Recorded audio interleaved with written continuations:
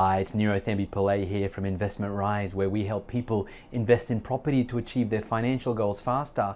And a recent question I've been getting is, Niro, if you were looking to start investing right now, if you were to start again, maybe you had your home still had a mortgage on it, maybe you had some equity, and you were starting to invest again with a plan of sort of retiring over the next 10 to 15 years, how would you do it? How would you restart today in a market where the Sydney and Melbourne markets are cooling, where we've got so many lending restrictions in place right now? What would you do?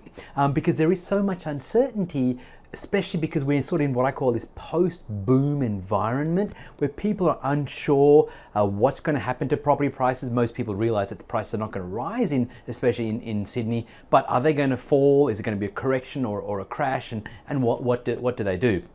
And so one of the things I would say is, if you were starting again, what I'd be looking to do is I would really focus on my research, looking at data, looking at the key fundamentals for capital growth. Because if you're looking to buy and hold, if that's your strategy, to buy investment property, let the market do all the work so you can get capital growth over the next few years and set yourself up for retirement, then you need to obviously look for markets that are growing in value. I know that sounds so simple, but bear with me, because one of the things most people fail to understand is, how do you find a market that has potential for future capital growth? Where most of us look for the headlines and say this market has risen in value by so much. But the problem is, by the time it hits the media, by the time the media finds out that a particular market is growing and they're reporting on it, most of the capital growth has already gone. It's already been done.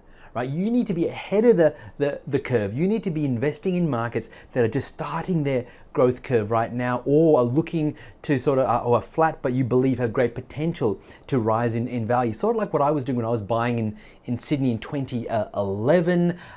Nobody was talking about a boom at that time. In fact, I remember a property spruiker who had spoken to calling me and telling me I was completely crazy of buying in Sydney, and they should be buying in mining towns instead, right? So I'm certainly glad I trusted my investing system. So the question is, what would I do if I was starting now? If I was busy at work, busy with my family, I didn't necessarily have the expertise and experience of 20 years of investment experience, and I also was in my sort of, I said my mid 40s or so, or mid 50s, and so you don't have time to make a mistake. What would you do?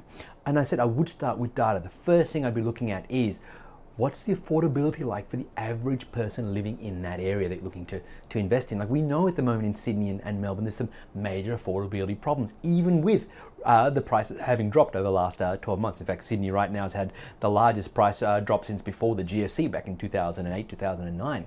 All right, so look for markets that are affordable. Number two, look for markets where there's a rising population, not just from overseas migration, but also domestic migration. We know at the moment, CoreLogic reports that as of about Christmas last year, Brisbane market has the fastest growing population. It's the fastest growing capital city in all of Australia in terms of population growth, having overtaken Melbourne. Right? And that's primarily driven by domestic migration. So you want to be looking for where is the population growing. Then you want to be looking at the jobs growth. Where is the investment going? Is the investment there for future jobs? Can people afford higher prices? Because something so many people forget, and this is why so many people who bought in Sydney, especially bought those high-rise apartments in 2016, 2017, and many of them right now in a position where their property is worth less than they paid for it. And some suburbs, they're almost at this stage right now where the price of the value of their properties is almost the same as their mortgage, not less than their mortgage, which is a terrible position to be in.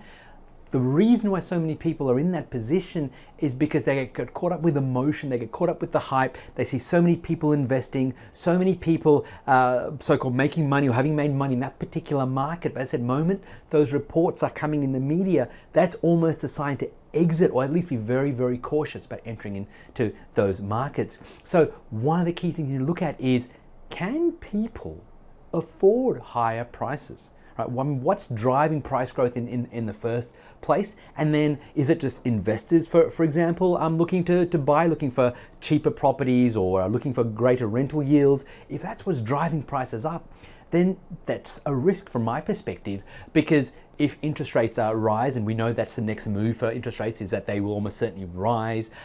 If there's any sort of change in the market, investors will cut and run, right? You want to be buying in markets where prices are being driven by population movement, people actually moving there and actually setting up shop and actually living in that particular area. So certainly do your research, do your due diligence, look for markets that are rising in value right now with great scope for future capital growth, and also get some help. Look at people who have the experience of having helped others, who have created a wealth for themselves, maybe through property. But definitely do your research. You just can't just close your eyes and buy anything blindly. You can't just look at a glossy brochure, maybe of an off the plan. You don't think, I'm going to buy that and make $200,000 like people did in Sydney and Melbourne the last few years. Those times have gone. However, there is still great potential out there for someone looking to invest in property if they follow a proven system, a proven plan, do your due diligence, separate the emotion, get rid of the sensationalistic journalism, so much of it that's out there about price falls and blah, blah, blah.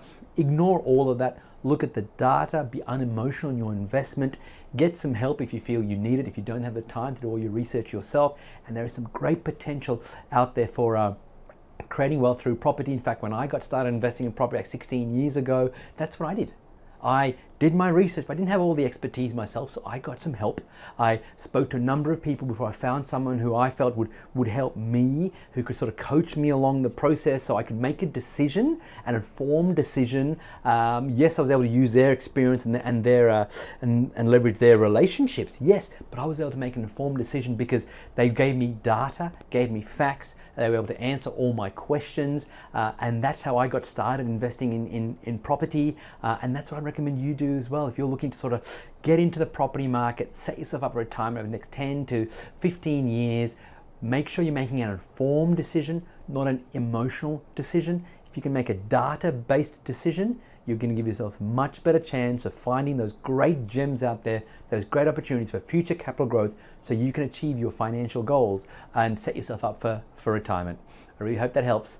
And if you feel like it can help another one, please just share this video with someone. I would love to get this message out there about just what would you do, or what would I would do if I was starting again, because I know so many people out there who are looking to set themselves up for retirement are going, I just don't know what to do. How can I get started?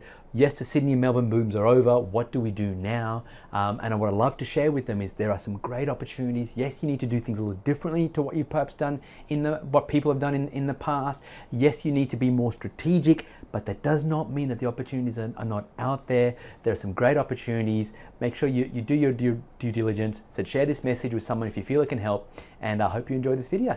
Bye for now.